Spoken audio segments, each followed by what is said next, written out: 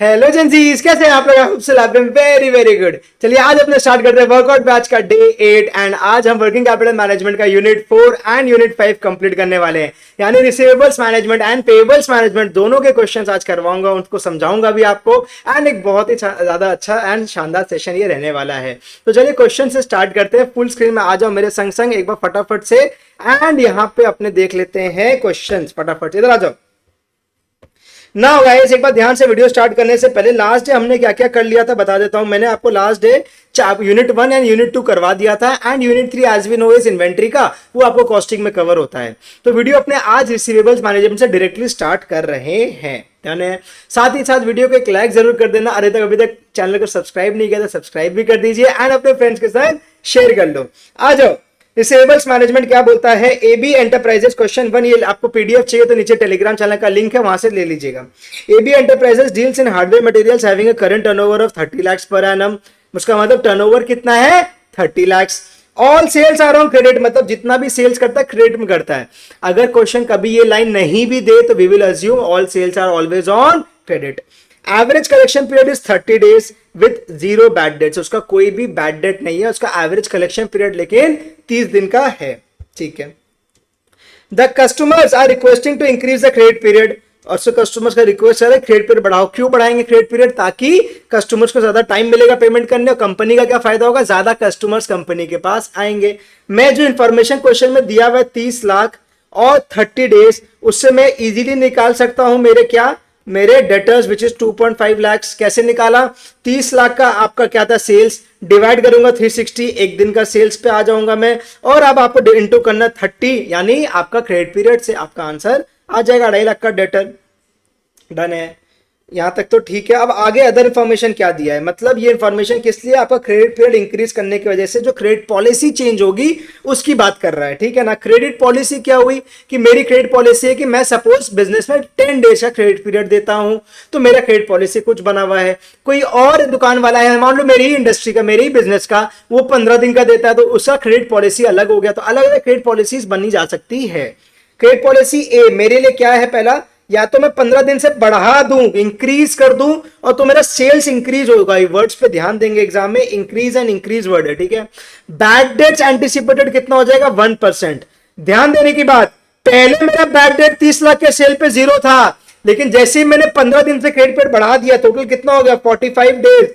तो भैया मेरा टोटल 30 लाख प्लस 3 लाख पे 1% का बैड डेट हो जाएगा। Not only this 1% will be calculated on 3 lakhs, no, this will be calculated on 33 lakhs। ये चीज ध्यान रहेगी। क्यों सर? आपका तो 30 लाख तक कुछ नहीं था। बाबू 30 लाख तक कुछ नहीं था, वो तो है ही, लेकिन प्रॉब्लम की बात क्या है कि 30 लाख के समय 30 दिन का पीरियड था, 15 दिन से पीरियड भी तो बढ़ गया ना, नियत में तो खोट आ गई, तो हमारे बायर हमारे डिफॉल्ट करने की चांस प्रोबेबिलिटी बढ़ जाती है। तो मेरा ओवरऑल 30 लाख का सेल खतरा में है, 1% का उसमें भी बैड डेट हो सकता है। ठीक है, लेकिन मेरे को फायदा क्या? मेरे को 3 लाख का बेसी माल में बेच पा रहा हूं, तो मेरे को उस तरह से डिसीजन मेकिंग करनी चाहिए, वही आपको करवाएगा क्वेश्चन। क्रेडिट पॉलिसी बी क्या है? 60 डेज का, सॉरी 30 डेज से बढ़ा दो। 30 डेज से अगर बढ़ाएंगे तो कितना हो जाएगा? ये हमारा 60 डेज हो जाएगा। यस, और हमारा सेल्स 5 लाख से बढ़ जाएगा, यानी 35 लाख का हो जाएगा। और 3.5% का क्या है? बैड डेट है। कितना का बैड डेट हो जाएगा? ध्यान देंगे, 3.5% का। Now this 3.5% will be calculated on what? This 3.5% will be calculated on 35 lakhs, not only on 5 lakhs। ठीक है, यहां तक तो क्वेश्चन सिंपल है। अब selling price is ₹100 per unit, variable cost is ₹50 per unit and fixed cost fixed होगा 5 लाख पे, बात खत्म। बहुत सिंपल सा डेटा दे रहा है। अब एक खास बात और, required rate of return on additional investment is 20%, मतलब मेरा अपॉर्चुनिटी कॉस्ट का रेट आपको दे दिया, आपको अपना 20% का रिटर्न मांगता है, वो दे दिया है। मतलब क्या हुआ इसका भी? इसका मतलब ये हुआ कि अगर मेरा पैसा मेरे डेटर्स में नहीं अटकता, what the word did I use? I used कि अगर मेरा पैसा मेरे डेटर्स में नहीं अटकता तो उस पैसे से मैं 20% कमा पाता वापस। सर अगर मेरा पैसा डेटर्स में नहीं अटकता तो उस पैसे से मैं 20% का रिटर्न कमा पाता, तो मेरा अपॉर्चुनिटी कॉस्ट 20% का है। लेकिन creditors for variable cost are ready to give 15 days extra credit period for additional cost incurred। इसका लाइन का क्या मतलब हुआ? ये एक नया सा लाइन आपको दिख रहा है सर, ये creditors for variable cost are ready to give 15 days extra credit for the additional cost incurred. मतलब कि मेरा कुछ एडिशनल कॉस्ट इंकर हो रहा है। कैसे हो रहा है सर? आपका सेल्स बढ़ रहा है तो वेरिएबल कॉस्ट बढ़ रहा है, तो वो जो एडिशनल वेरिएबल कॉस्ट है, देखो लिखा है ना क्रेडिटर्स फॉर वेरिएबल कॉस्ट, बकायदा वर्ड लिखा है। Are ready to give 15 days extra credit, मतलब मेरा जो अपॉर्चुनिटी कॉस्ट एंड डेटर्स में लगता, मेरा जो एक्चुअल अपॉर्चुनिटी कॉस्ट था वो थोड़ा कम हो जाएगा, क्योंकि मेरे को क्रेडिटर से भी तो एक्स्ट्रा टाइम मिल रहा है ना, तो वहां से भी तो मैं उसको माइनस करके निकालूंगा कि हाँ अगर मेरा अपॉर्चुनिटी कॉस्ट एंड डेटर 100 रुपया था लेकिन क्रेडिटर से मेरे को एक्स्ट्रा टाइम मिला, इस वजह से मेरे को 20 का वहां फायदा हो रहा है, तो नेट में मेरे पास 80 रुपए का ही सिर्फ अपॉर्चुनिटी कॉस्ट एंड डेटर्स बचता है, या अपॉर्चुनिटी कॉस्ट बचता है। समझ में आई ना मेरी बात? अज्यूम 360 डेज या ठीक है। आपको रिक्वायर्ड है present and propose credit policies using total approach and recommend the credit policy to be adopted. ये आपको सिंपल सा क्वेश्चन है, टोटल अप्रोच पे है। एक अप्रोच होता है टोटल अप्रोच एंड एक अप्रोच और होता है जिसका नाम क्या था? Incremental approach. दोनों में आंसर वही आएगा, आपको करने का तरीका अलग है, इसीलिए वर्ड ही है अप्रोच। तो अलग अलग अप्रोच है लेकिन आंसर सेम आने का है। ठीक है, क्वेश्चन समझ में आया? ये वाला टोटल अप्रोच थोड़ा सिंपल है, आपको टोटल अप्रोच के हिसाब से एक बार मैं करवाता हूं, फिर मैं अपने आगे के क्वेश्चंस की बात करेंगे। डन। क्वेश्चन स्टार्ट कैसे भी कर सकते हो, आपको एक चीज का ध्यान रखना है, अल्टीमेटली आपको क्या निकालना है कि या तो मेरा प्रेजेंट, या तो पॉलिसी ए, या तो पॉलिसी बी, ये तीनों में से सबसे ज्यादा फायदा मेरा किस में हो रहा है, जिस किसी में भी हो रहा है मैं वो पॉलिसी जाके अडॉप्ट कर लूंगा। तो फायदा निकालने के लिए मेरे पास सेल्स दिया हुआ है, मैं वेरिएबल कॉस्ट माइनस करूंगा, फिक्स्ड कॉस्ट माइनस करूंगा, बैड डेट माइनस करूंगा और नेट अपॉर्चुनिटी कॉस्ट माइनस कर दूंगा। जिसका ज्यादा प्रॉफिट वो मैं ऑप्शन चूज कर लूंगा। सिंपल। आ जाते हैं, आ जाओ मेरे संग।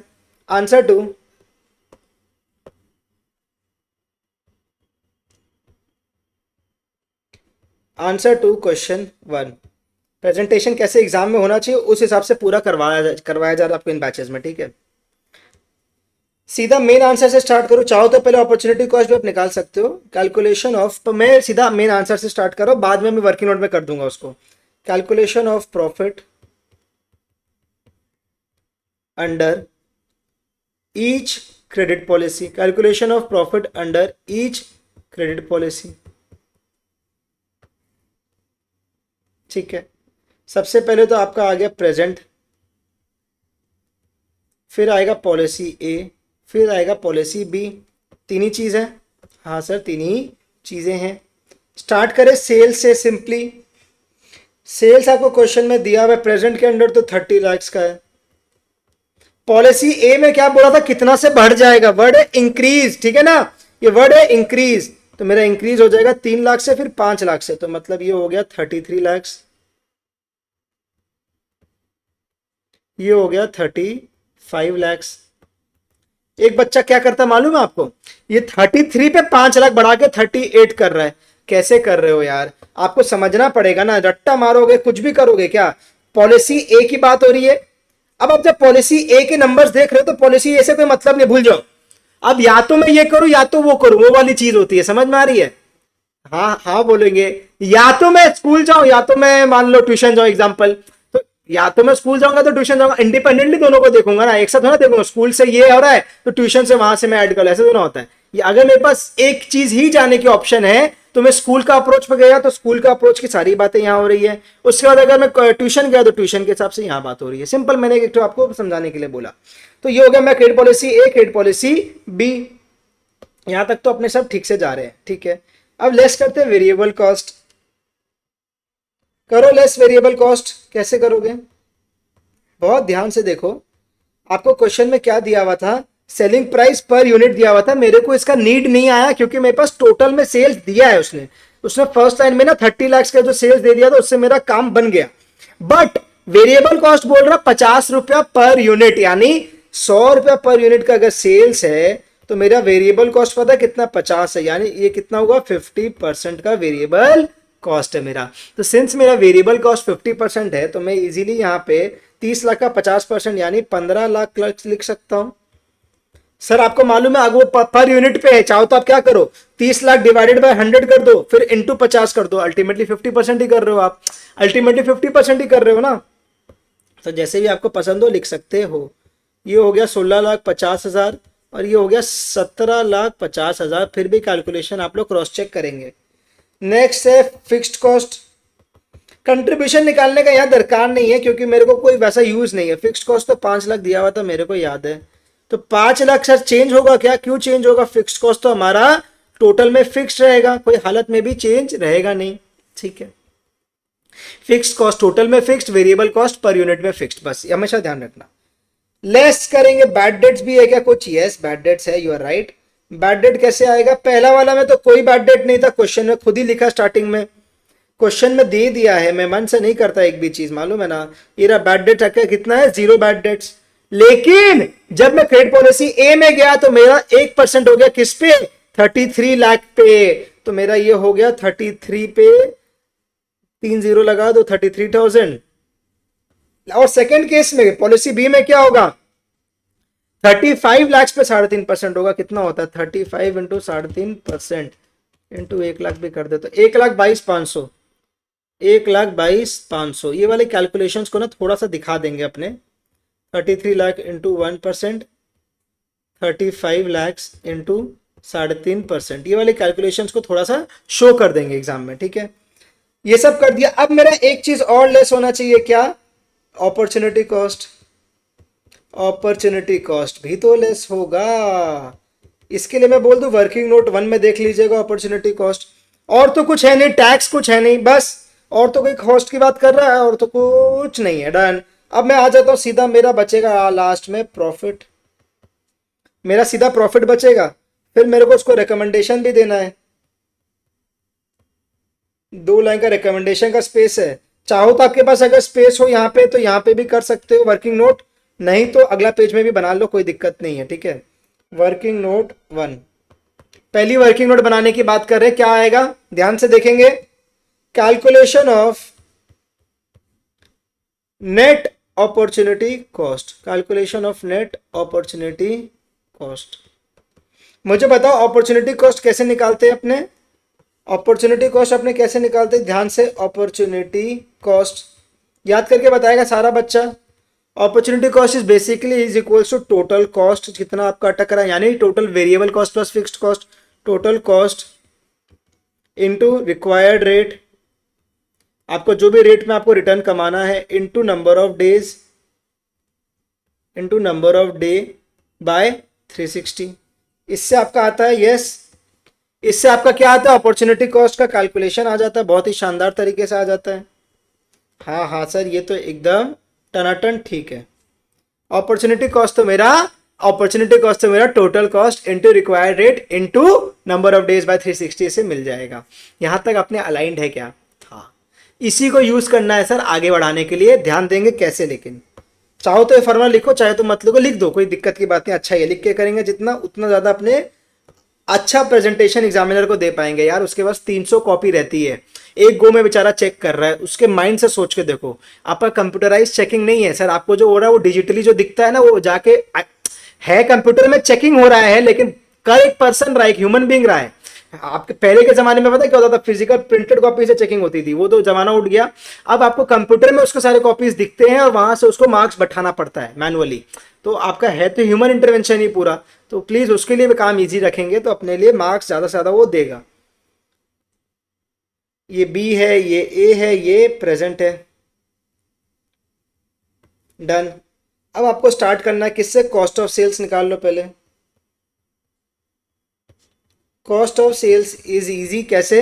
आपको मालूम होना चाहिए कितना कॉस्ट है आपका। 15 5 20, 16 5 21.5 और 22.5, तो ये हो गया 20 लाख। ये मैंने कैसे किया? Variable cost plus fixed cost, ये दो ही कॉस्ट अपने लेते हैं। ये 21.50 हुआ था, ये 22.50 हुआ था। मेरा सेल्स कितना से बढ़ा था? 3 लाख से बढ़ा था ना, ठीक किया तो देख ले। 16.50 में 5 लाख जोड़ोगे तो 21.50 ही होता है। 16.50 प्लस 21.50 और 17.5 प्लस 5 करेंगे 22.5, ठीक है। अब आओ मेरे को एक बात बताओ,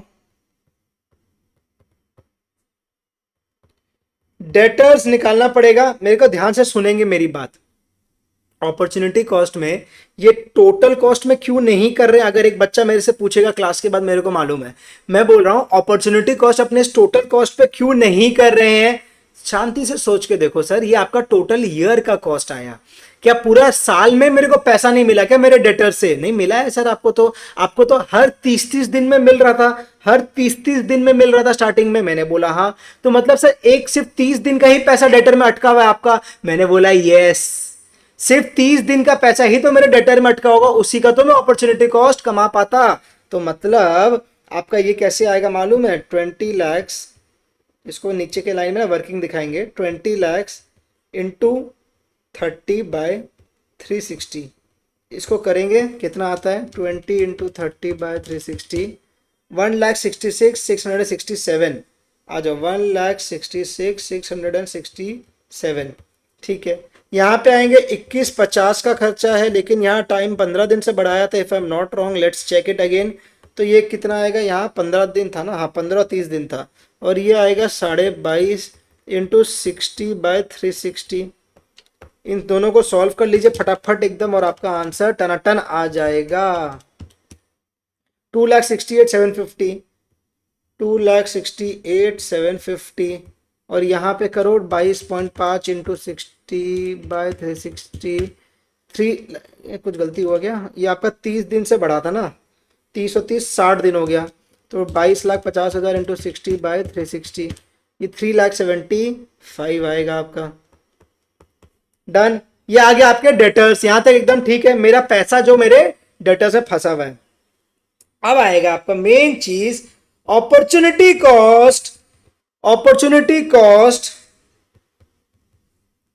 ऑन डेटर्स। डेटर्स पे आपका कुछ अपॉर्चुनिटी कॉस्ट आना चाहिए, कैसे कैलकुलेट करेंगे? सर आपका 1,66,667 रुपीज कितना दिन के लिए फंसा हुआ है?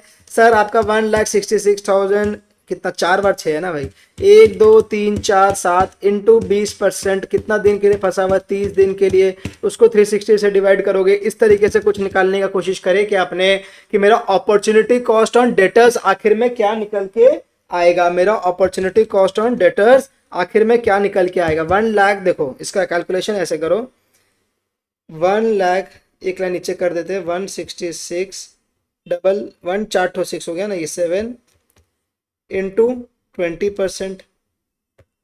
Y are we doing 20%? ध्यान दो, इंटू 30/360 करके ही आपका आया है डेटर्स, तो डेटर्स पे सीधा आप 20% कैलकुलेशन लगाओगे। तो मेरा अपॉर्चुनिटी कॉस्ट कितना आएगा? 1,04,467 इंटू 20%, यानी 33,333, 33,333। ये मेरा कैलकुलेशन आ गया अपॉर्चुनिटी कॉस्ट ऑन डेटर्स पे। समझ में आ रही है क्या? हाँ बोलो ना प्लीज, समझ में आना चाहिए आपको। नेक्स्ट, उसके बाद पॉलिसी ए में आओ, यहाँ पे आपके पास आएगा 268,750 इंटू 20%, तो 268,750 इंटू 20%, 53,750,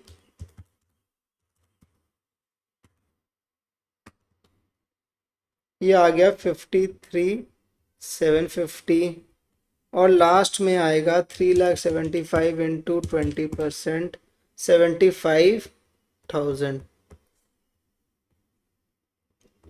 3,75,000 इंटू 20%, यानी 75,000। यहां तक क्लियर है? एक सेकंड देंगे, हाँ आ जाओ। तो आपका यहां तक आ गया अपॉर्चुनिटी कॉस्ट एंड डेटर्स। अब आपको ना एक चीज यहां पे लेस करना पड़ेगा,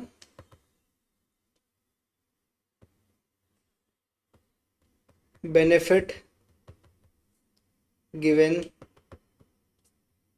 बाय क्रेडिटर्स।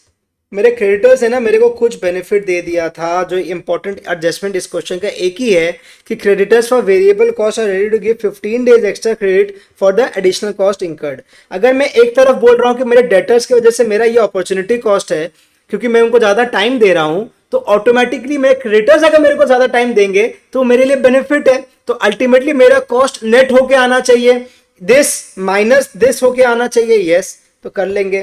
तो बेनिफिट बाय क्रेडिटर्स कितना आएगा इस क्वेश्चन में, ध्यान से देखेंगे आपके पास। अच्छा, पहला में तो कुछ ही नहीं आएगा सर, क्योंकि एडिशनल कॉस्ट तो कुछ है ही नहीं ना। फर्स्ट में आपको बोल रहा है फॉर एडिशनल कॉस्ट इंकर्ड, तो मेरा पहला प्रेजेंट पॉलिसी में तो कोई एडिशनल कॉस्ट इंकर है ही नहीं, तो भूल जाओ। सेकंड पॉलिसी में आओ, एडिशनल कॉस्ट इंकर कितना है? 1.5 लाख रुपए का। कैसे आया? 20 लाख रुपए का पहले टोटल कॉस्ट था, कैसे आया again, 15 lakh plus 5 lakh 20 lakh, second में क्या हुआ 1650 प्लस 5 2150 हो गया, यानी 1.5 लाख से मेरा कॉस्ट बढ़ गया। पॉलिसी बी में अगर मैं जाऊंगा तो मेरा और ये कॉस्ट कितना बढ़ जाएगा 1750 और 5 लाख, यानी 2.5 लाख रुपया से मेरा कॉस्ट बढ़ जाएगा। ये हो गया 22.5 लाख, ओरिजिनली कितना था 20 लाख, यानी 2.5 लाख से। ठीक है, तो 1.5 लाख और 2.5 लाख मेरे को ध्यान रखना है फिगर्स को। तो ये हो गया 1.5 लाख। इस पे मेरे को बोल रहा है भाई कि 15 दिन का पीरियड ले ले और 20% का रिटर्न। ठीक है, तो 1.5 लाख पे डिवाइड करेंगे 360 इंटू 15 इंटू 20% प्लस 1 एक बकर एक 1250, तो ये आ गया आपका 1250। डन। अब नेक्स्ट केस में आ गया, कितना फिगर था मैंने आपको उस समय बताया भी था, ये छोटा पड़ गया। हाँ,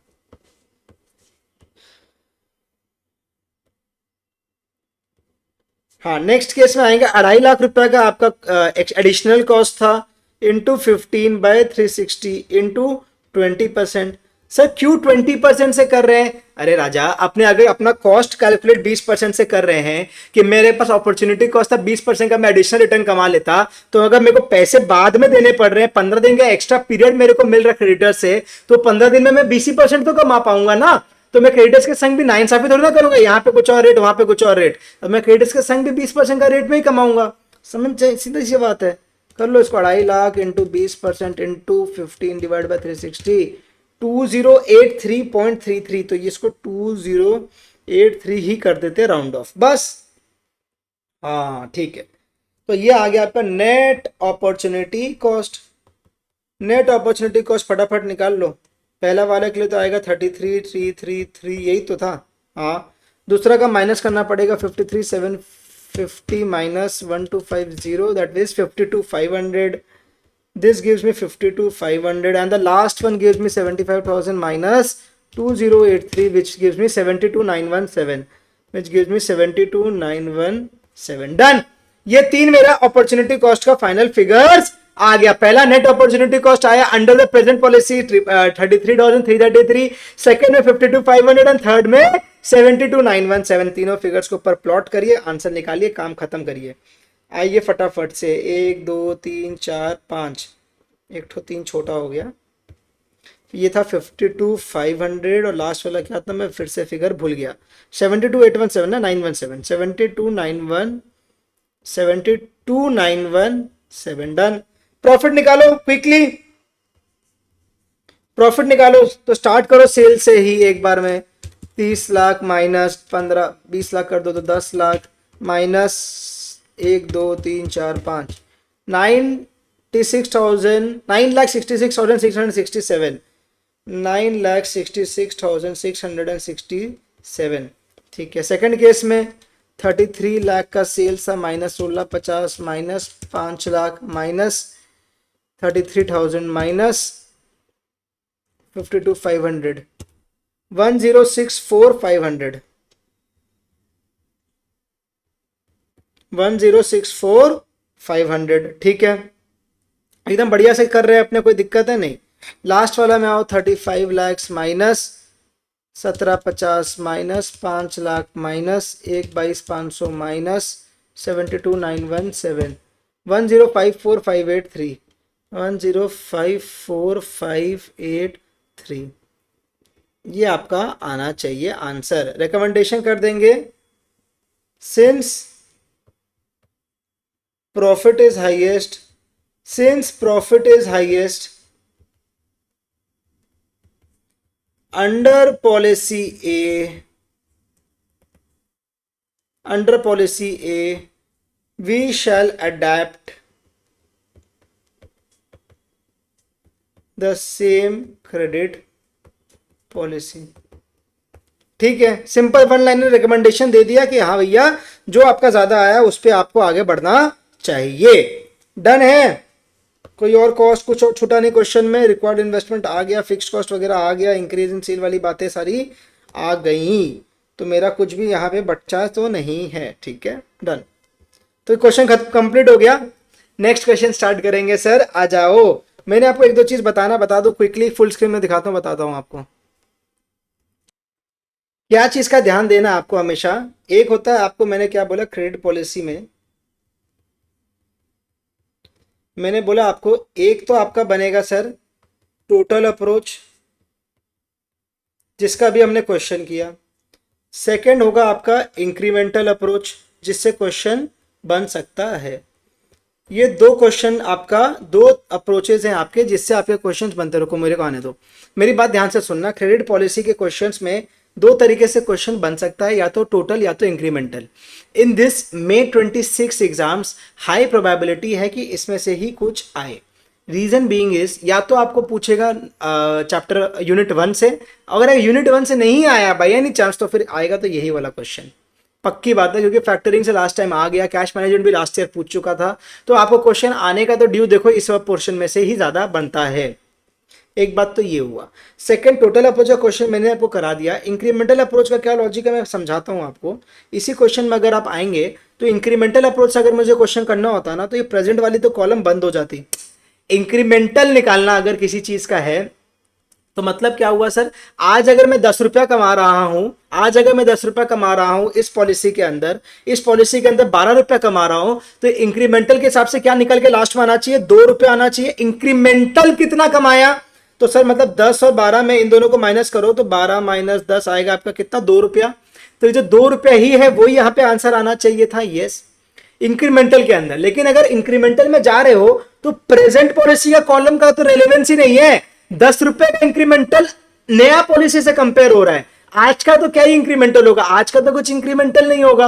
आज 10 रुपए कमा रहा हो तो आज तो 10 ही है, तो इंक्रीमेंटल वाला कॉलम यहां पे हट जाता, सिर्फ ए और बी में आपको निकालना पड़ता, पहली चीज। सेकंड चीज, इंक्रीमेंटल करते तो क्या होता, 33 लाख की जगह 3 लाख होता, ये कॉस्ट इसका 50% हो जाता, फिक्स्ड कॉस्ट आपका साफ हो जाता, कुछ नहीं आता। उसके बाद बैड डेट आपका जो था इंक्रीमेंटल वाला, यही तो सारे तो वो तो ठीक ही वैसे के वैसे ही रहते। अपॉर्चुनिटी कॉस्ट में भी आपका इंक्रीमेंटल वाला ही फिगर अपने कंसिडर करते हो, लास्ट में आपका प्रॉफिट निकाल लेते।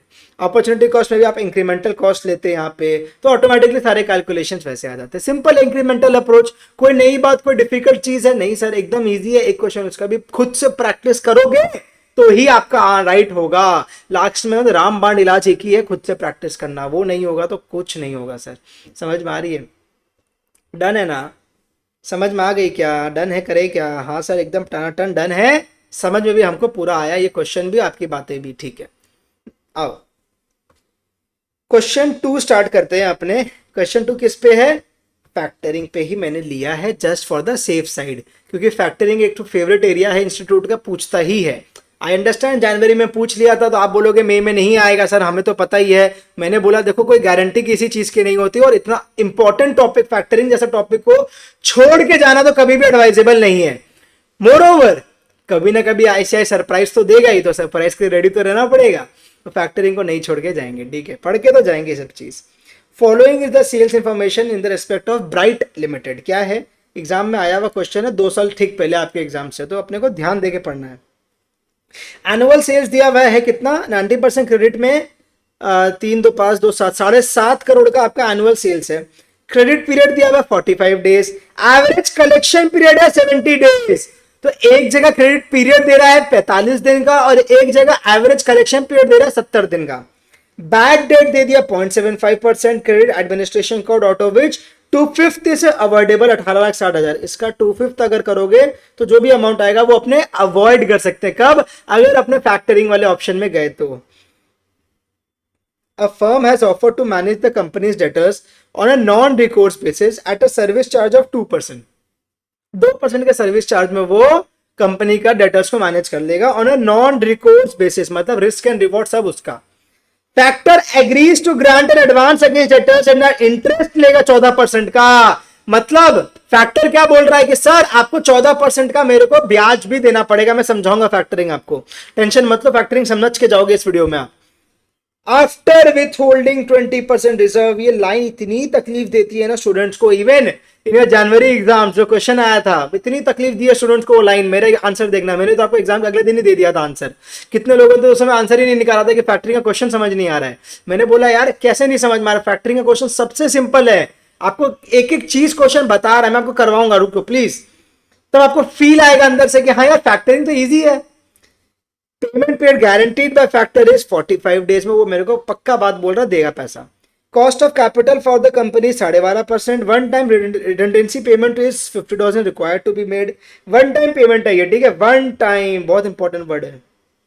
आपको बोल रहा है calculate the effective cost of factoring assuming 360 days, आपको यहां पे भी दे दिया। तो डेज का असम्पशन का टेंशन नहीं लेना एग्जाम्स में, आपको एमटीपी आरटीपी में देना दे मतलब नहीं, एग्जाम क्वेश्चन में देगा वो डेज, ठीक है, टेंशन मत लो। आपका आप निकालना है calculate the effective cost of factoring. इस क्वेश्चन में रिकमेंडेशन की बात नहीं कर रहा है, but still I will ask you to recommend. मैं आपको एक चीज सिखाना भी चाहता हूं, एंड रिकमेंड। तो मैं आपको एक चीज सिखाना चाहता हूं, इसलिए एक एंड रिकमेंड मैंने खुद से जोड़ दिया, ठीक है। This is the question, question seems simple. Now let us first discuss the concept of factoring. आखिर क्या है ये भला फैक्टरिंग जो इतना तकलीफ देता है स्टूडेंट्स को। मुझे पता है आपको स्टोरी पता है फैक्टरिंग का, कि यार एक कंपनी है, रिसीवेबल से जाके का फैक्टर को बेचता है, फैक्टर उसको पैसे देता है और बात खत्म हो जाता है, और बाकी कस्टमर अपना पैसा फैक्टर को देता रहता है। ये सिंपल सा कंसेप्ट है, ये मुझे मालूम है, आपको पता है। आपको दिक्कत आती है इस चीज के सम्स को करने में, तो मैं उस पॉइंट ऑफ व्यू से आपको समझा रहा हूं। बाकी एक detailed video just on factoring along with the question solving is already on YouTube on my channel, please check that out. But एक बार क्विक स्नैपशॉट अपने लेते हैं फैक्टरिंग क्या बोलता है। मैंने बोला दो टेबल बनता है, सिंपल सी बात है फैक्टरिंग में। पहला टेबल में अपने निकालते हैं calculation of amount, calculation of amount paid by factor to company. Company को कितना पैसा फैक्टर दे रहा है, पहला ये टेबल बनता है सिंपल सा, जिसमें मैं क्या करता हूं मालूम है, पहले मैं रिसीवेबल का बैलेंस प्लॉट करता हूं। मैं आपको बता रहा हूं कैसे आपको एग्जाम में करना है। आईसीआई का क्या प्रेजेंटेशन आजकल क्या कर रहा है ना, फैक्टरिंग में भी अलग अलग प्रेजेंटेशन दे रहा है। तो मैं आपको जो बोल रहा हूं 100% राइट है, टेंशन की कोई बात ही नहीं है। मैंने वर्ड क्या यूज किया, रिसीवेबल बैलेंस, मतलब कि सर आपका डेटर बैलेंस का बात हो रहा है, क्रेडिट सेल्स की बात नहीं हो रही है। यहां पे आपको रिसीवेबल बैलेंस निकालना पड़ेगा। तो अगर रिसीवेबल बैलेंस मेरा आया यहाँ पे एक्स, मैं लेस करूंगा फिर कुछ, क्या मेरा फैक्टर का कोई फीस या कमीशन होगा, फैक्टर्स का फीस या कमीशन होगा, ये किस पे कैलकुलेट होगा, ऑन ए, ये आ गया एक्स। क्यों सर, मेरा जो फीस एंड कमीशन किस पे कैलकुलेट होना चाहिए, जितना मैं फैक्टर को मेरा जो भी रिसीवेबल बैलेंस मैं बोल रहा हूँ, मेरे को 100 रुपया पाना भाई, तो 100 रुपया मेरे को दिलवा। तो फैक्टर बोले ठीक है एक काम कर, मेरे को 2% कमीशन काट। तो किसमें से काटेगा, 100 रुपया से ही तो काटेगा यार। आप साल भर में कितना का माल बेच रहे हो, क्या मतलब है। मैंने साल भर में 1 करोड़ का माल बेचा, फैक्टर के पास में सिर्फ 100 रुपए का रिसीवेबल के लिए जा रहा हूं, तो फैक्टर के 1 करोड़ पे 2% चार्ज करेगा नहीं। आपका मन तन मन क्या बोल रहा सर, वो चार्ज तो आपको रिसीवेबल बैलेंस पे करेगा। मैंने बोला हाँ डन। एक और चीज लेस होता है जिसको अपने बोलते हैं रिजर्व। नॉर्मली क्या होता है, ये रिजर्व ना रिफंडेबल रहता है, फैक्टर बाद में आपको दे देता है रिजर्व। अपने कैलकुलेशन में इसको माइनस करके चलेंगे। ये भी कैलकुलेट पता है किस पे होगा, ऑन ए। ऑन ए का मतलब इस पे, ऑन ए का मतलब इस पे। रिजर्व का फिगर भी मेरा किस पे कैलकुलेट होगा, रिसीवेबल बैलेंस पे। इस क्वेश्चन में देखो फैक्टर एग्रीज टू ग्रांट इतना आफ्टर विथहोल्डिंग 20% एज रिजर्व। तो 20% का रिजर्व रखने के बाद जो आएगा उसको वो 14% के हिसाब से देगा ना। कहाँ गया, अच्छा यहाँ आपका ये करके क्या आया, ये करके आपका यहाँ पे आएगा नेट बैलेंस। नेट बैलेंस कुछ तो आएगा, ठीक है। अब आप यहाँ पे पता है क्या करते हो, लेस करते हो इंटरेस्ट। यहाँ पे अब आप लेस करते हो इंटरेस्ट, जो भी इंटरेस्ट रहता है वो लेस करने के बाद amount paid by factor to company. ये अब आपका निकल के टनाटन आ जाता है कि मेरा फैक्टर कंपनी को कितना पे करेगा। एक टेबल ये बनाना जरूरी है, और ध्यान देना ये टेबल ना पूरे साल के सेल्स पे नहीं बनेगा, ऑन सेल्स पे ये टेबल नहीं बनता है, ये बनता है बैलेंस पे सिर्फ, ये बनता है सिर्फ बैलेंस पे, कभी भी सेल्स पे ये टेबल नहीं बनता है। ये वाली चीज पे ध्यान देनी जरूरी है। पहला मिस्टेक तो ये बच्चे कर जाते हैं कि समझ नहीं आता सर डेज क्या लेना है, तो वो मैंने क्लैरिफाई किया। सेकंड आपको मालूम है आपको क्या बनाना पड़ता है इसके बाद, जिसको बोलते हैं अपने cost benefit analysis. Cost benefit analysis, this is the second thing which we make. यहाँ पे मैं क्या करता हूँ, सारे कॉस्ट लिखता हूँ, सारे बेनिफिट्स लिखता हूँ फैक्टरिंग में जाने के। मेरे कॉस्ट क्या क्या हो सकते हैं सर? मेरे को उसको कमीशन देना पड़ता है, हाँ। मेरे को उसको इंटरेस्ट देना पड़ता है, हाँ। मेरे को उसको और कुछ देना पड़ रहा है, कोई वन टाइम पेमेंट है वो देना पड़ रहा है, हाँ। वन टाइम पेमेंट इज, आप चाहो तो उसको अवॉइड भी कर सकते हो। बेनिफिट क्या है आपका? एडमिन में खर्चा बचता है, आपका बैड डेट बचता है, आपका अपॉर्चुनिटी कॉस्ट बचता है। मैं अगर खुद से कलेक्शन करता तो मैं कितना दिन में लाते पैसे? 70 डेज। फैक्टर भैया ने आके क्या बोला कि मैं केवल और केवल 45 दिन में ले आऊंगा। मेरा 25 दिन का अपॉर्चुनिटी कॉस्ट बचेगा। At what rate? Of the companies rate of 12.5%, not of the factor rate of 14%। ये 14% फैक्टर का रेट है, ये कंपनी है, इसका 14% है, इसका 12.5% है। समझ आई क्या मेरी बात? सर फैक्टर का रेट 14% है तो 14% का कैलकुलेशन फैक्टर के लिए होगा। कंपनी का रेट 12.5 है तो कंपनी के कैलकुलेशन के लिए 12.5% पे ही करेंगे। क्लियर हो गई? हाँ बोलेंगे तो ही आगे बढ़ेंगे, तो ही मजा आएगा। कोई डाउट फिर रहता है तो प्लीज बताइए कि सर हमारे को ये नहीं समझ में आया, आप क्या वापस बताएंगे? मैं बोला हाँ बताएंगे, आप पूछो तो। डन, यहां तक तो क्लियर है? सर खत्म हो गया क्वेश्चन? क्या आप बोल रहे हो? हाँ सर, अगर आप इसको सॉल्व कर लोगे, सारे फिगर्स प्लॉट करोगे, आपको समझ में आ जाएगा कॉस्ट कहाँ भारी है या बेनिफिट कहाँ भारी है। मतलब अगर कॉस्ट भारी हुआ बेनिफिट पे तो या फैक्टरिंग पे जाएंगे। मैंने बोला नहीं, बट इसमें भी एक कैच है, वो उसको मैं अभी कवर कराऊंगा। एक बार के लिए समझ लो, मोटा मोटा नहीं। अगर बेनिफिट मेरा भारी है कॉस्ट पे तब तो यार फैक्टरिंग पे जाना ही है, पहला चीज। सेकंड, ये जो कॉस्ट बेनिफिट एनालिसिस बनता है ना, ये पता किससे बनता है? On full year, on full year figures. क्या मतलब? सर अगर आपका यहाँ पे कमीशन आपका आया मान लो 100 रुपया पे इंटू, नहीं नहीं नहीं नहीं नहीं, ऐसे करते 360, रुक जाओ, 720 रुपया था, 720 इंटू 20/360 है। तो आप क्या करते हो सर, यहाँ पे 40 रुपया लेते हो। तो मैं बोल रहा हूँ यहाँ पे आपको वापस इस 40 को क्या करना पड़ेगा पता है? 360/20 यानी 720 लेना पड़ेगा। ये आपको फुल ईयर पे करना पड़ेगा, ये फुल ईयर फिगर्स पे होगा। सेम चीज आपको यहाँ पे आपके डेटर डेज पे करना पड़ेगा या रिसीवेबल डेज पे करना पड़ेगा, और सेकंड टेबल में आके इसको फुल ईयर फिगर्स पे ही करना पड़ेगा। This is the way you have to solve this question. अब आपका मन में आएगा सर क्या मजाक कर रहे हो, दोनों चीज को सेम डेज पे ही कर देते। मैंने बोला कि आईसीआई को यही प्रेजेंटेशन चाहिए, आप नहीं कर सकते अपने मन से। आपको मालूम है आप आईसीआई के फैक्टरिंग में मान लो आज के दिन में कितने 10 क्वेश्चन होंगे, उससे बेसी नहीं आईसीआई के पास, ठीक है।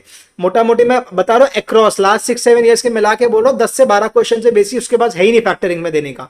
10-12 क्वेश्चन को देख लो बढ़िया से, समझ में आ जाएगा कि भैया कोई प्रेजेंटेशन का कोई हिसाब ही नहीं है, कभी कुछ कर रहा है, कभी कुछ कर रहा है, कभी कुछ कर रहा है। तो हम एज अ स्टूडेंट क्या करेंगे बताओ? सर मेरे को तो मार्क्स चाहिए। मैंने बोला आप ये वाला अप्रोच से जाइए, ये वाला अप्रोच वो मैक्सिमम टाइम यूज कर रहा है, स्टडी मटेरियल में भी दे रहा है, एंड हिस्टोरिकली यार मैंने भी एग्जाम दिया और मैं जानता हूँ, मैं देखे लोगों को ये वाले अप्रोच से मार्क्स उनको पूरे मिले हैं, ठीक है। क्लियर हुई बात? हाँ बोलो यार प्लीज। हाँ सर बढ़िया से समझ में आया फैक्टरिंग का कंसेप्ट। आ जाते हैं इस क्वेश्चन को भी सॉल्व करके दिखाते हैं। ये वीडियो खत्म हो जाएगा जल्दी, 1 घंटा में कंप्लीट कर देंगे मैक्सिमम, और ठीक है। Answer to question 2, second question करने वाले अब। हाँ, फैक्टरिंग का क्वेश्चन मैंने आपको पढ़वा दिया था। अब एक चीज का और ध्यान क्या है, चाहो तो आप सीधा कॉस्ट बेनिफिट एनालिसिस बना के करो, नहीं तो पहले टेबल बनाओ। पहले टेबल बनाना ज्यादा सही है। पहले 90 डेज या जितना भी डेज है ना, पहले क्रेडिटर डेज में करना, डेटर डेज में करना ज्यादा सही है। कैलकुलेशन ऑफ, चाहो तो इसको वर्किंग नोट दे दो, चाहो तो मत दो, कोई दिक्कत नहीं है। Calculation of amount payable to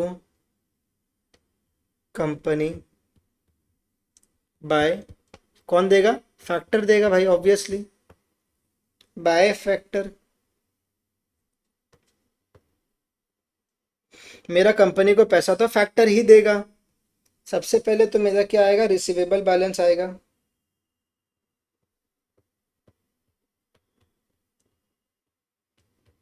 receivable balance कितना?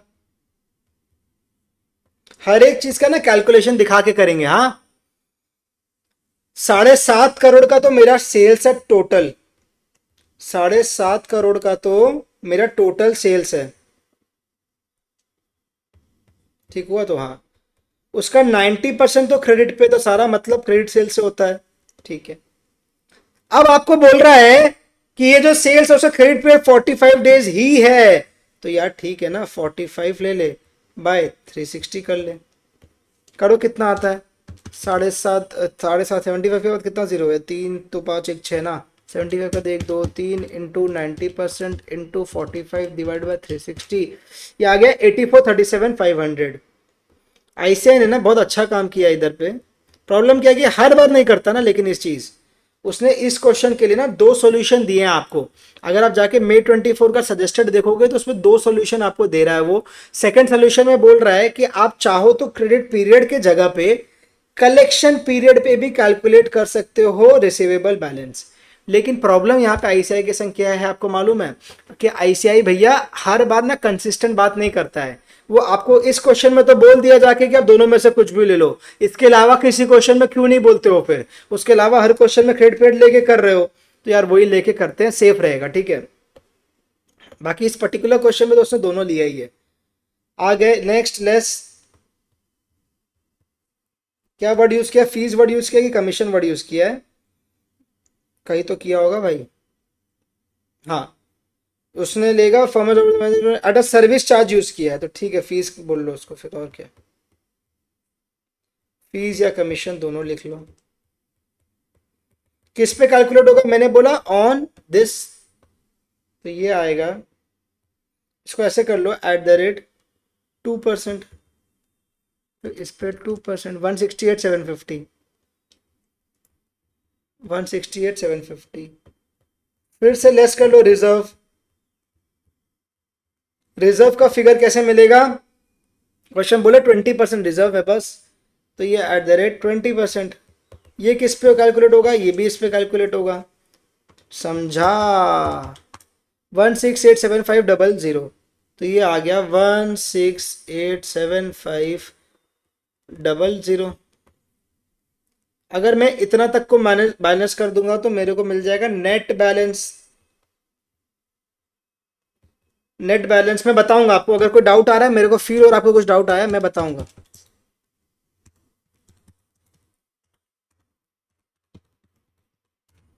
65 81 250, फिर भी कैलकुलेशन आप लोग डबल चेक कर लेंगे। ठीक है, नाउ एक चीज और लेस होगा, वो है इंटरेस्ट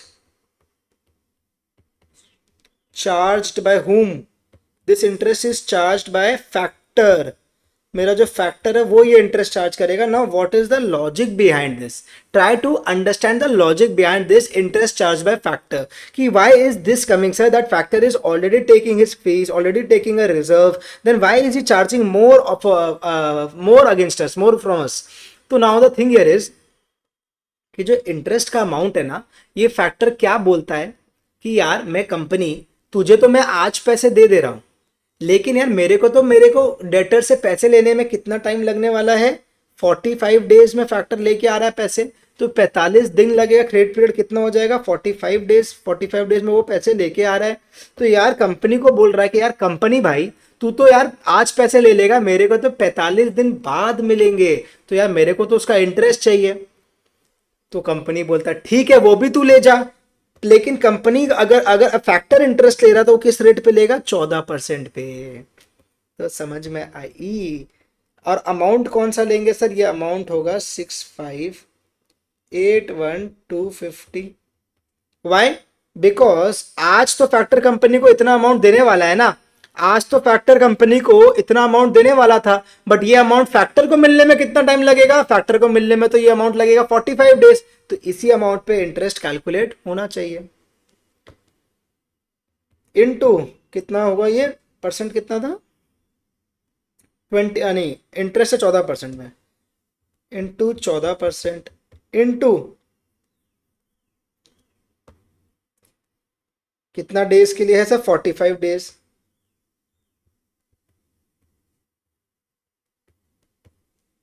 तो इस पे 14% इंटू 45 डिवाइड बाई 360, 115,172 कर देते हैं, 115,172, तो this will give me amount paid by factor to company, amount paid by factor to company minus कर लिया 6581250, आ गया 64,66078, 64,66078। प्लीज कैलकुलेशन क्रॉस चेक करते रहिएगा, ब्लाइंडली मत करना, खुद से सीखोगे नहीं फिर। ये वाला टेबल क्लियर हुआ? अच्छे से देखो, ये वाला टेबल क्लियर होना चाहिए। स्टार्ट कर रहे हैं वापस, कैसे रिसीवेबल बैलेंस से स्टार्ट किया। मेरा कितना आया 84,37,500 का मेरा रिसीवेबल बैलेंस आया। On basis of what? On basis of my credit period. पहली बात, आईसीआई ने क्या सजेस्टेड आंसर में दिया है, यहाँ पे आप चाहो तो 45 की जगह 70 भी, 70 था ना, कितना था, हाँ 70 डेज के संग भी इस क्वेश्चन को कर सकते हो। वो आपकी जिम, आपकी इच्छा, पर मैं बोलूंगा 45 पे ही करिए। सेकंड, फीस या कमीशन किस पे होगा? इस पे कैलकुलेट होगा कि भाई मैं कितना रुपए का रिसीवेबल तेरे पास लेके आ रहा हूँ, उस पे फीस लेगा तू। रिजर्व कितना रखेगा? भाई मैं इतना लेके जा रहा हूँ, इस पे रिजर्व रखेगा वो, ठीक है। ये सब घटाने के बाद इतना वो मेरे को देगा, लेकिन फैक्टर को देते समय याद आया, अरे यार मैं कंपनी को आज दे दूंगा, मेरे को तो पैसे इतना दिन बाद मिलने वाले हैं। तो फैक्टर बोला नहीं नहीं नहीं नहीं नहीं, कंपनी रुक जा, मैं तेरे को अभी पैसे नहीं दूंगा, मेरे को एक काम कर दो, इस पे 14% का 45 दिन बाद मिलेगा ना, उसका मेरे को तुम इंटरेस्ट दे दे, तो उसको भी काटूंगा मैं तेरे से, और ये काटने के बाद मैं तुझे आज इतने रुपए दे दूंगा। तो बेचारा कंपनी का 84 लाख का रिसीवेबल बच का कितना रह गया? 64। ऑब्वियसली ये जो 16 लाख है ना, ये 16,87,500 जो है ये रिजर्व है, ये रिफंडेबल रहता है, तो ये आपको बाद में मिल जाएगा। तो आपको कितना रुपए का हिट पड़ा नेट नेट आप देखोगे तो 64 और 16 80 लाख मिल गया, मोटा मोटी आपको 4 लाख के आसपास का हिट पड़ा फैक्टरिंग करने से। ये समझ में आया आपको? कंसेप्ट समझ में आई ना? मजा आएगा तब कंसेप्ट समझ में आएगा, तब मजा आएगा, तब कंसेप्ट समझ में आएगा, जब समझ में आई। चलो आ जाओ, कॉस्ट बेनिफिट एनालिसिस करते हैं, इधर से स्टार्ट करते हैं, अगला पेज का नीड होगा तो चले जाएंगे, और क्या। कॉस्ट बेनिफिट एनालिसिस, ये आपका मेन आंसर है, ठीक है। ये cost benefit analysis is your answer. Basically ऊपर वाला को मैं बोल सकता हूँ वर्किंग नोट, मैंने लिखा नहीं, मैंने बोला ऑप्शनल है, चाहो तो दे दो यार, क्या है वर्किंग नोट, इतना कोई ज़रूरी नहीं है, वर्किंग नोट का टेंशन नहीं लेना है। पहले भाई फ़ायदा का बात करा दो, पहले फ़ायदा का बात से स्टार्ट करेंगे। सबसे पहले तो मेरा फ़ायदा है सेविंग्स इन बैड डेट, ये एक फ़ायदा होने वाला है। सेकंड होने वाला है सेविंग्स इन एडमिन कॉस्ट। तीसरा फ़ायदा होने वाला है savings in opportunity cost. Exam में ऐसे कर सकते हैं, 100% कर सकते हैं। बस कॉस्ट कितना होगा मेरा बताएंगे? कॉस्ट में मेरा फैक्टर को देना पड़ रहा है फीस या कमीशन। सर रिजर्व भी तो कॉस्ट है, रिजर्व रिफंडेबल होगा, वो कॉस्ट नहीं है। तो मेरा क्या बचा सर? इंटरेस्ट, जो फैक्टर को मैं इंटरेस्ट दे रहा हूं, बस, और तो कुछ है नहीं। फीस हो गया, कमीशन हो गया, ये हो गया, हाँ ठीक है। अब बताओ सबसे पहले बैड डेट का क्या सेविंग्स है क्विकली। सर मेरा बैड डेट का सेविंग्स मालूम है आपको कितना है? 0.75% पे है, तो यानी ये मेरा आएगा 7.5 करोड़ का 90% का 0.75%। मैंने क्या बोला? ये वाला टेबल सर आपको कंप्लीट फुल ईयर पे निकालना पड़ता है, बात वही हो रहा है। आप चाहो तो इसको आप 45/360 नहीं करके डेटा को वैसे के वैसे छोड़ देते तो भी आता, लेकिन आईसीआई को ये पसंद है, तो भाई उसको जो पसंद है वो करना है। तो यार 7.5 1 2 3 इंटू 90% इंटू 0.75%, गलती हो गया, 7.5 इंटू 90% इंटू 0.75%, 5,06,250 रुपया, 5,06,250 रुपया का आपका यहाँ सेविंग्स आ गया। एडमिन कॉस्ट के लिए अगला मैंने लिखा था, एडमिन कॉस्ट के लिए 2/5 अवॉइडेबल है, तो 1860 इंटू 2/5 मेरा बच जाएगा, इंटू 2/5 मेरा बच जाएगा।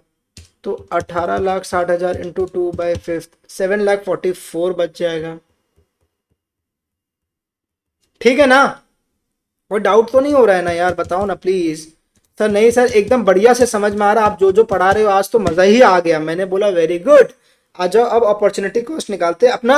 अपॉर्चुनिटी कॉस्ट में क्या सेविंग्स होगा, ये बहुत ध्यान देने की चीज आ रही है कि आखिर मेरा अपॉर्चुनिटी कॉस्ट की सेविंग्स कितनी है। वन टाइम रिडंडेंसी पेमेंट भी था, कॉस्ट में एक चीज और ऐड होगा, रिडंडेंसी, ये ऑप्शनल है रिडंडेंसी। आईसीआई ने बोला चाहो तो इसको लो, चाहो तो मत लो, तो मैंने ले लिया, मैंने बोला चलो ले लेते, ठीक है। हाँ, अब मेरे को बताओ कि सर अपॉर्चुनिटी कॉस्ट निकालने के लिए, अभी आपको मैंने इसके पहले जो क्वेश्चन करवाया था उसमें क्या बोला था, ध्यान दो कि भैया अपॉर्चुनिटी कॉस्ट अपने ऑलवेज कैलकुलेट करते हैं किस पे, ऑन कॉस्ट। अपॉर्चुनिटी कॉस्ट किस पे निकलेगा, मेरा क्या कॉस्ट फंसा है।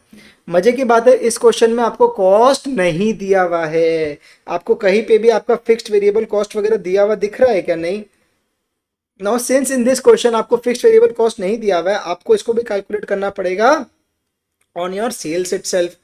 तो मतलब बोलना ये चाह रहे हो 7.5 करोड़ का, 7.5 करोड़ का 90% का जो क्रेडिट सेल्स है मेरे को कितना दिन का फायदा दे रहा है सर, ये 25 दिन का। थोड़ा सा स्पेस बना के ना अच्छा से दिखते हैं इसको।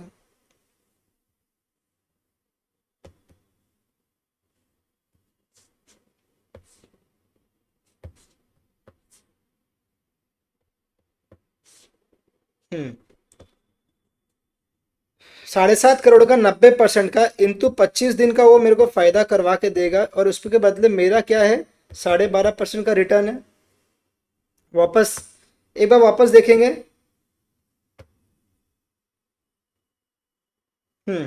मैं क्या बोल रहा हूँ सर, मैं बोल रहा हूँ 12.5% कंपनी का रिटर्न का एक्सपेक्टेशन है, ठीक है। और उसके अलावा फैक्टर का पेमेंट पीरियड गारंटेड कितना है, 45 डेज। तो मैं अगर खुद से जाता तो 70 दिन में लाता, फैक्टर के वजह से 45 डेज में आया, तो नेट में मेरे पास क्या चेंज आया, 25 डेज मेरे पास बच गया, उतना जल्दी पैसे मेरे पास आए। तो ये 25 डेज पे अपॉर्चुनिटी कॉस्ट कैलकुलेट होना चाहिए ना, क्यों मैं इसको 45 या 70 पे करने जाऊंगा। मेरा savings in opportunity cost word use हो रहा है कि मेरे को फैक्टरिंग में जाने से क्या फायदा हुआ, फैक्टरिंग में जाने से मेरे को 25 दिन जल्दी पैसे मिले।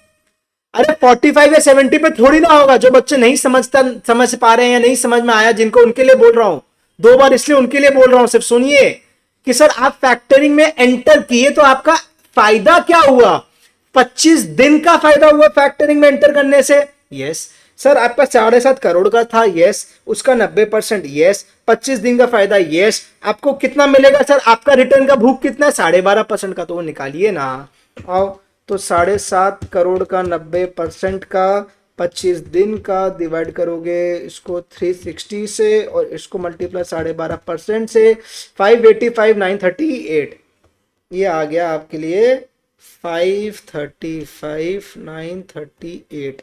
तो ये टोटल मेरा सेविंग्स ही आ गया है। काम करें इसको अगला पेज में स्टार्ट करते हैं, झमेला नहीं करते हैं, स्पेशियस बनाते हैं आंसर्स को।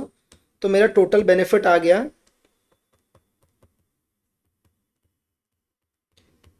टोटल बेनिफिट कितना आया, इतना आया प्लस, हाँ ठीक है, 7,44,000 प्लस 506,250, 1836,188, ये मेरा टोटल बेनिफिट 1836,188। अच्छा खासा 18 लाख रुपए का बेनिफिट है भैया, लेकिन कॉस्ट कितना वो बता पहले, फिर डिसीजन मेकिंग होती है, ऐसे नहीं होती है, राइट।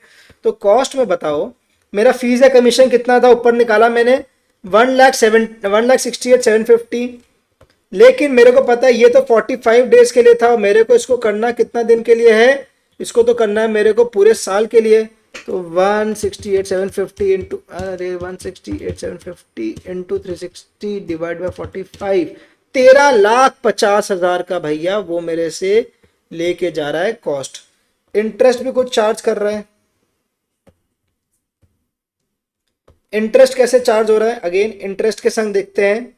इंटरेस्ट तो मैंने निकाल दिया था, तो सीधा का सीधा मैं बोल दूं, इन दोनों को मल्टीप्लाई करने से आ जाएगा 6, चलो ऐसे कर देते हैं, 115 172 को, 115 172 को 360 बाई 45 कर देते हैं, इसको भी 115 172 इंटू 360 बाई 45, 921,376, 921,376, ठीक है।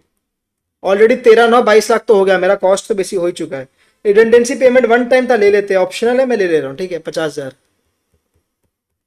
तो टोटल कॉस्ट आ गया, ये ना ऑप्शनल है, मैं लिख देता हूँ आपके लिए, ये ऑप्शनल है।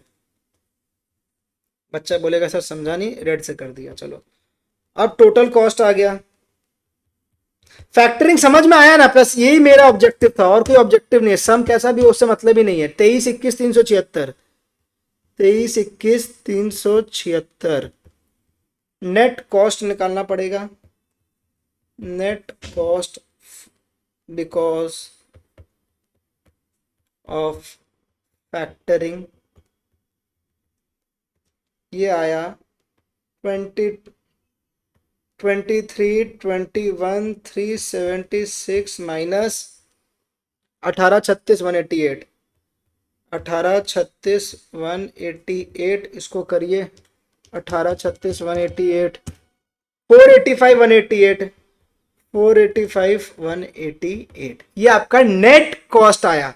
क्या क्वेश्चन खत्म हो गया क्या? नहीं, क्वेश्चन ने बोला कैलकुलेट इफेक्टिव कॉस्ट। तो इफेक्टिव कॉस्ट कैसे आता है पता है आपको? इफेक्टिव कॉस्ट,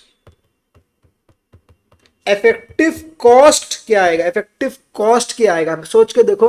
आपको पता है मैंने ना जब पढ़ाने का सोचा तो मेरा पूरा सेटअप का मान लो खर्चा आया 1 लाख रुपया। मैंने कैमरा लिया, मैंने पेंसिल लिया, मैंने लैपटॉप लिया, माइक लिया, जो भी सब चीज़ लिया, उसके लिए मेरा मान लो खर्चा आया पता कितना?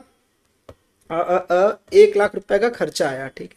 मेरे कैमरा का अकेले का खर्चा था 10,000 रुपये का, 10,000 रुपये का मेरा किसका खर्चा था? मेरे कैमरा का खर्चा था। हाँ, तो मेरा कैमरा का इफेक्टिव कॉस्ट कितना हुआ आपसे पूछूं तो आप बोलोगे सर 10,000 लगा 1 लाख पे ना, तो आपका कैमरा का इफेक्टिव कॉस्ट हुआ 10%। क्या सर आपने क्या बोला? मैंने बोला मेरा 1 लाख रुपए का टोटल खर्चा आया था, टोटल सेटअप कॉस्ट। मैंने सेटअप बनाया ना आपको पढ़ाने के लिए, तो मैं टोटल सेटअप कॉस्ट में मान लो 1 लाख रुपए का खर्चा आया। 1 लाख में मेरा 10,000 रुपए का तो कैमरा ही था। तो मैंने अपने स्टूडेंट से पूछा बता यार इसमें मेरा इफेक्टिव कॉस्ट ऑफ कैमरा कितना हुआ? कैमरा का इफेक्टिव कॉस्ट, ठीक है, डॉक्टर्स हैंड राइटिंग बोलते हैं इसको, ठीक है ना। तो कैमरा का इफेक्टिव कॉस्ट क्या हुआ सर? 10,000 रुपए का आपका कैमरा था, टोटल 1 लाख का खर्चा आया, तो मतलब कैमरा पे आपका इफेक्टिवली 10% का खर्चा पड़ा। बात समझ में आई? एकदम देसी भाषा में समझने से ना जो खून में घुसता है ना कंसेप्ट, वो मजेदार है। ये चीज तो सर अगर ऐसे मैं बोल रहा हूं तो मेरे को अब बताओ मेरा इफेक्टिव कॉस्ट ऑन फैक्टरिंग क्या होगा? इफेक्टिव कॉस्ट ऑन फैक्टरिंग मतलब सर आपका नेट कॉस्ट कितना है पहले वो तो ऊपर में लिख ही दीजिए, काम करिए। मैंने बोला ठीक है, डिनोमिनेटर में क्या आएगा ये बताओ आप लोग? 485, 188 तो मेरा न्यूमरेटर में आ गया। इफेक्टिव कॉस्ट ऑन फैक्टरिंग मेरा क्या होगा? सर सिंपल सी बात है, मेरे को फैक्टर से क्या मिल रहा है? फैक्टर से मेरे को क्या मिल रहा है? मेरे को फैक्टर से 64, 66, 078 मिल रहा है। मेरा कॉस्ट कितना लग रहा है उसके वजह से 485, 188 लग रहा है, तो डिनोमिनेटर में वही आएगा 64, 06, 188, 64 0 नहीं 64, 66, 078 है, सॉरी 64, 66, 64, 66, 078। प्लीज एक बार चेक कर लेना कोई मिस्टेक तो नहीं है ना। मैं आ रहा हूं, इस पर डिवाइड करो 64, 66, 078 इंटू 100, यह आ गया 7.5%, 7.5%। बढ़िया सा आंसर 7.5% का मेरा बैठा। कैलकुलेशन कुछ गलती होगा देख लेना वो चीज, ठीक है। अब मेरे को आपको एक चीज सिखाना था, एक और चीज मालूम है क्या? एक तो आपको ऐसे ऑप्शन देता है कि आप इसको 64 के जगह 65 भी ले सकते हो, विदाउट इंटरेस्ट वाला अमाउंट भी आप लिया जा सकता है, आपको ऑप्शनल है। आई फील कि ज़्यादा सही यही है, ये लेना कि लास्ट में मेरे को क्या मिल रहा उसी से डिवाइड कर, पहला। सेकंड, अब आप बोलोगे सर ये वाले तो सारे कैलकुलेशंस आप कर रहे थे 45 डेज पे, यहाँ पे तो आप सारे कैलकुलेशंस कर रहे हो ईयर पे, सारे कैलकुलेशंस तो आप ईयर पे कर रहे हो, ईयरली कर रहे हो, देखो ईयरली कर रहे हो।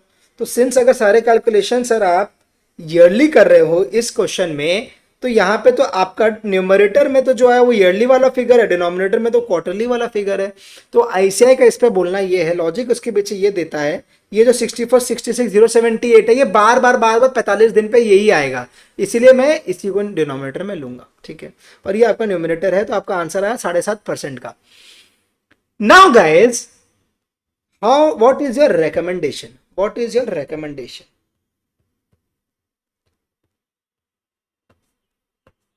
रिकमेंडेशन क्या है?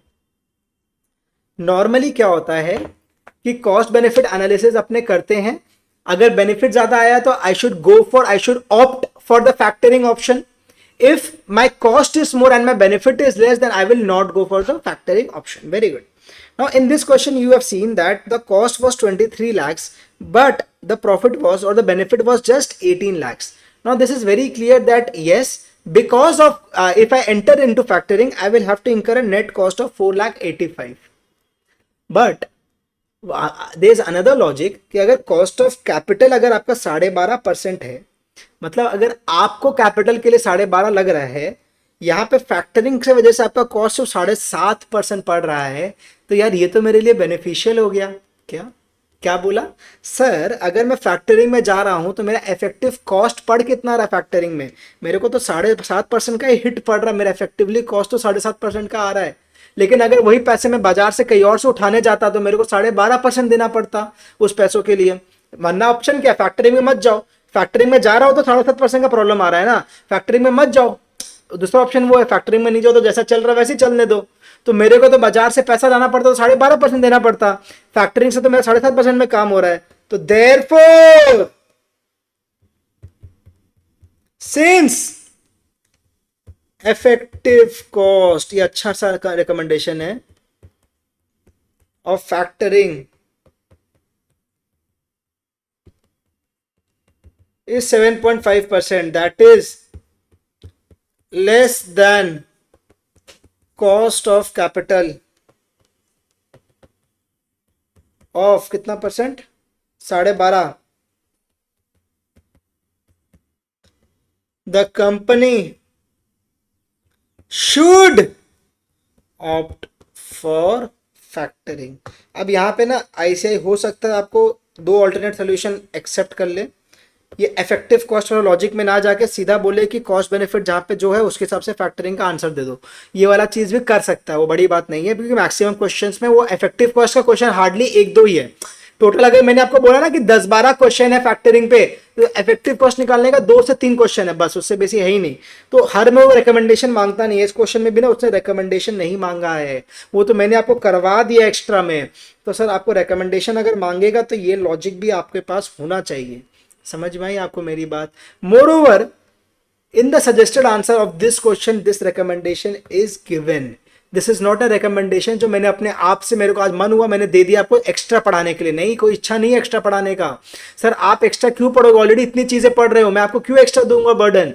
मैं आपको वही पढ़ा रहा हूं जो आईसीआई के कहीं ना कहीं दिया हुआ है, या तो आरटीपी या एमटीपी या मॉडल टेस्ट पेपर या फिर आपका सजेस्टेड या फिर एग्जाम क्वेश्चन. ये पांचों में से कुछ नहीं छूटना चाहिए, वो मेरी ऑब्जेक्टिव है.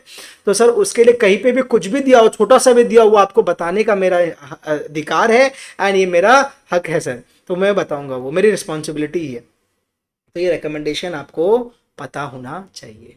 समझ में आई? समझ में आया रिकमेंडेशन क्या? हाँ, लॉजिकल लगा बात? हाँ ठीक है, डन, खत्म हो गया सर. चैप्टर 4 यूनिट 4 मतलब खत्म हो गया सर. एक लास्ट बचा है पेबल्स मैनेजमेंट का, सिर्फ एक लौता क्वेश्चन एंड हमारा खत्म हो जाएगा वर्कआउट बैच. वर्कआउट बैच हमारा खत्म हो जाएगा. थ्योरी के लिए मैं प्लान कर रहा हूँ कुछ अलग कर दूं आपके लिए, तो थ्योरी को देखते हैं इसके संग करने की नहीं, सोच लेंगे उसको. बट आपका प्रैक्टिकल पोर्शन का वर्कआउट बैच आज खत्म हो जाएगा. आपको पेबल्स मैनेजमेंट का एक लास्ट क्वेश्चन कराना है. मैं आपको बताऊं, आपका ना बहुत पुराने किसी आरटीपी में आया था ये पहला. सेकंड ये आपको आएगा 2 मार्क्स इंडिपेंडेंट एमसीक्यू. 100% मैं आपको बताऊं, आज नहीं तो कल नहीं तो परसों ये आपको इंडिपेंडेंट एमसीक्यू फॉर 2 मार्क्स में सेम यही क्वेश्चन आएगा. सेम यही क्वेश्चन ही आएगा. सेम मतलब ये नहीं होता है कि सर वर्ड टू वर्ड उठा के सेम दे दिया. सेम मतलब लॉजिकली मैं बोल रहा हूं, यही लॉजिक का क्वेश्चन आएगा 2 नंबर के लिए मात्र. और ये क्वेश्चन डिजर्व भी उतना ही करता. मैं बताऊंगा, एक लाइन का सॉल्यूशन है इसका, कोई खास सॉल्यूशन ही नहीं है. आपको समझ में आ जाएगा, गारंटी देता हूं. पेबल्स मैनेजमेंट आप सोचोगे इतना समय माथा में स्ट्रेस लेता था पेबल्स मैनेजमेंट का कि आ गया आ गया आ गया, तो अब मेरे को लग रहा है कि आ गया तो अच्छा ही, आ ना मैं कर दूंगा, ऐसा करवा के भेजूंगा आपको ये क्वेश्चन करा के. ठीक है, तो सीधी सी बात है यार, जैसे अपने डेटर्स मैनेजमेंट करते हैं, जैसे अभी तक डेटर्स मैनेजमेंट अपने करते हैं, वैसे ही पेबल्स मैनेजमेंट भी होना चाहिए. कि यार मैं डेटर को कितना पीरियड में पेमेंट, डेटर को कितना क्रेडिट पीरियड दूं, कितना जल्दी मैं उससे पैसे ले लूँ, क्या मेरा अपॉर्चुनिटी कॉस्ट आ रहा है, क्या मेरे को फैक्टरिंग में जाना चाहिए, मेरी क्रेडिट पॉलिसीज़ क्या क्या होनी चाहिए, क्या मेरे को उससे बेनिफिट अल्टीमेटली किस पॉलिसी में आएगा. इतना सारा मैं हेडेक लेता हूँ, मैं माथा पच्ची करता हूँ in the debtors management. Yes, but in the creditors management मेरे को देखना ये चाहिए कि यार मेरे को क्रेडिटर से उसको अपोजिट कर दीजिए, सिंपली रिवर्स कर दीजिए, उनो रिवर्स. कि सर अब यहाँ पे क्या है, मैं पहले अलाउ कर रहा था पेमेंट पीरियड, अब मेरा क्रेडिटर मेरे को पेमेंट पीरियड अलाउ करेगा. कि या तू 10 दिन में पेमेंट कर, या 40 दिन में पेमेंट कर, या 100 दिन में पेमेंट कर। अब मेरे को वो देखना है कि मेरे लिए अब क्या बेनिफिशियल है। लेंस को ऑपोजिट कर लो, जो आप जिस लेंस से पढ़ रहे थे डेटर्स मैनेजमेंट, वो लेंस उल्टा हो जाएगा, अब आपके तरफ आ गया। The finger you were pointing, now the finger is not pointing towards you, it's something like that. तो अब आपको उस लॉजिक से बस क्रिएटर्स मैनेजमेंट को समझना चाहिए, यही बस मैं बोलना चाहता हूं, ठीक है। अब देखते हैं, 10 मिनट में खत्म हो जाएगा। देखो, A Limited is in manufacturing, in the manufacturing business, and it acquires raw material from X Limited on a regular basis, ठीक है। As per terms of the agreement, the payment must be within कितना days? Terms of the agreement के हिसाब से payment 40 दिन में होना चाहिए। However, A Limited has a choice of paying कितना? उसके पास choice of paying 98.5 पर ₹100। मतलब सर, मतलब बेसिकली क्या हुआ कि 98.5% का पेमेंट कर दे पहले।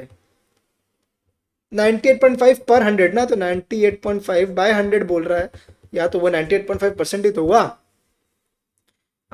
ऑन और बिफोर कब, लेकिन देखो वापस sentence, however A limited has a choice of paying 98.5 पर 100, मतलब हर 100 के बदले 98.5 तुम पेमेंट कर ले, मतलब बेसिकली 98.5% का पेमेंट कर दे टू एक्स लिमिटेड ऑन और before 10th day of purchase. Sir मजे की बात देखेंगे इस क्वेश्चन में, आपको बोल रहा है कि आज अगर परचेज हुआ है, आपके पास लास्ट दिन का टाइम है 40 दिन, आपको बोल रहे हैं 10th डे, ये है 10 डेज, ये 10 डेज के पहले तक ये परचेज अगर आज हुआ, ये 10 डेज है, ये 10 दिन तक तुम मेरे को पेमेंट कर दे, तो तेरे को 9,85,000 ही देना पड़ेगा। इतना ही आएगा ना,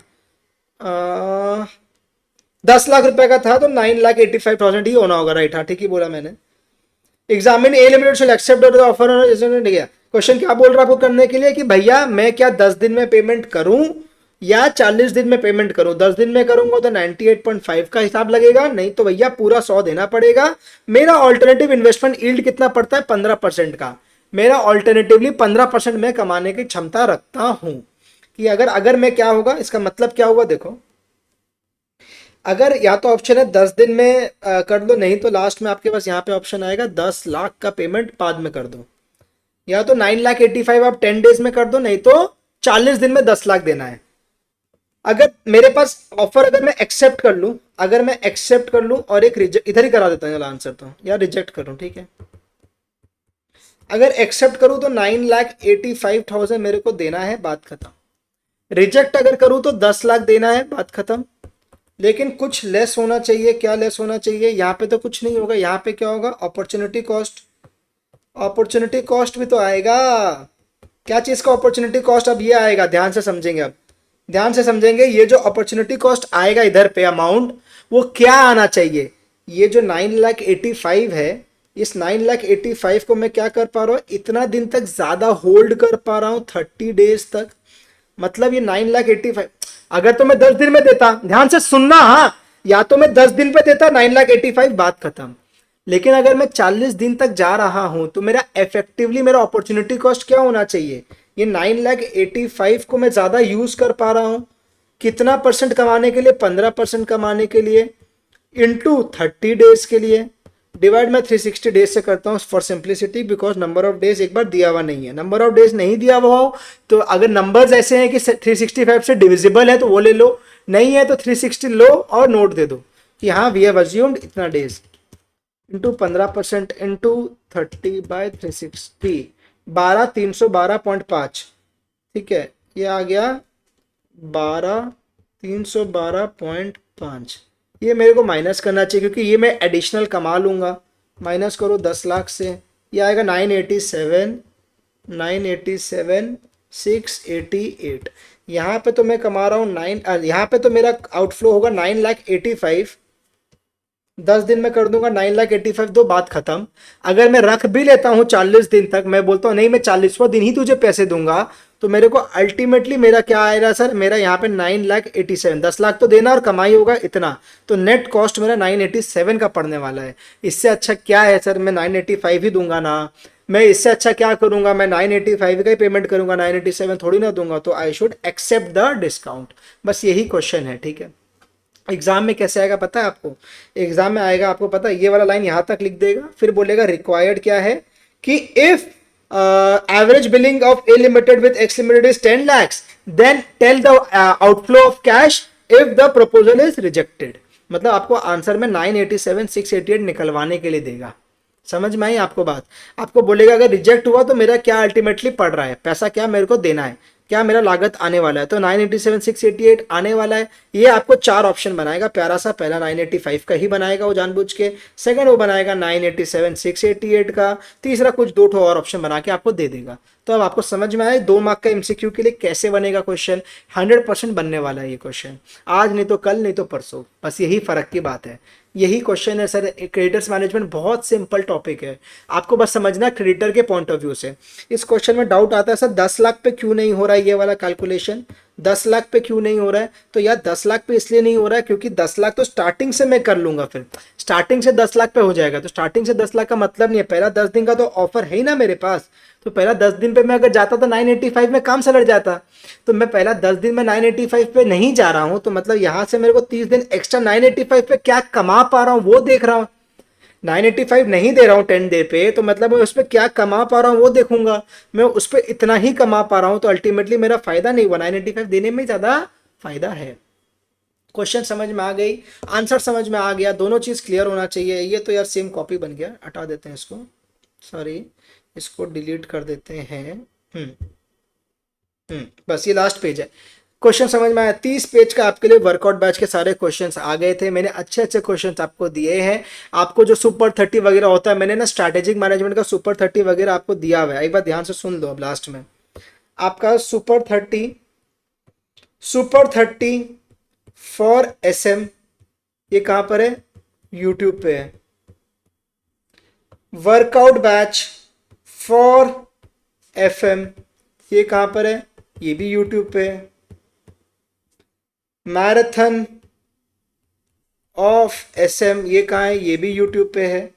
रिवीजन ऑफ एफएम ये भी मेरा यूट्यूब पे है। तो आपको आपके एग्जाम रिलेटेड सारे कंटेंट यूट्यूब पे मिलने वाले हैं। और अभी खास बात बताऊं आपके लिए नया क्या आने वाला है, कॉमन डाउट्स या मिस्टेक्स, एक ऐसा रामबाण वीडियो यूट्यूब पे आने वाला है ना नेक्स्ट 2 डेज के अंदर कि आप बोलोगे सर मज़ा आ गया। ये common doubts and mistakes on YouTube का मैं एक वीडियो बना रहा हूँ, उस पर मैं आपको डालूंगा जिसमें आपकी सारी गलतियां मैंने एक जगह चैप्टर वाइज लेके डाल दी है। एंड वो वाले सारे PDF भी मैं शेयर कर दूंगा टेलीग्राम चैनल पे, एंड यूट्यूब पे उसका एक वीडियो आएगा, बहुत अच्छे से डिस्कस करेंगे। तो वो वीडियो तो एकदम मिस नहीं करना चाहिए। आपको सारी गलतियाँ आपको मिल जाएगी। जितनी गलती मैं बना पाया ना लास्ट 6 महीना 1 साल से पढ़ा के स्टूडेंट्स के संग बात कर करके देख के, वो मैंने सब वहाँ डाल दी है कि कहाँ कहाँ बच्चों को मिस्टेक हो रही है बार बार। समझ में आया क्या? यस सर, बहुत ही बढ़िया तरीके से क्लियर हो गया सारी चीज़ें। आपको कोई भी डाउट हो, आपको मालूम है आपके पास मेरा नंबर है 7596006505। इस पे आप मेरे को रीच आउट कर सकते हैं। नीचे चल भी रहा है हमारा ये वाला नंबर, तो कोई दिक्कत की बात है नहीं। और सेकेंडली मैं बोलना चाहता हूँ कि सर मैं मिलूंगा आपसे अब कॉमन मिस्टेक एंड डाउट वाले वीडियो के संग ही। तब तक के लिए आपको अगर कोई भी और टाइप का वीडियो का रिक्वायरमेंट हो तो जरूर बताना। वीडियो को लाइक जरूर करना, फ्रेंड्स के संग शेयर करना, चैनल को सब्सक्राइब नहीं किया तो सब्सक्राइब करना, टेलीग्राम चैनल ज्वाइन कर लेना ताकि उसमें कोई भी लेटेस्ट अपडेट आप मिस ना करो। मिलता हूं मैं आपसे अगले वीडियो में, तब तक के लिए this is Anirudh Singhania signing off. Tata bye bye.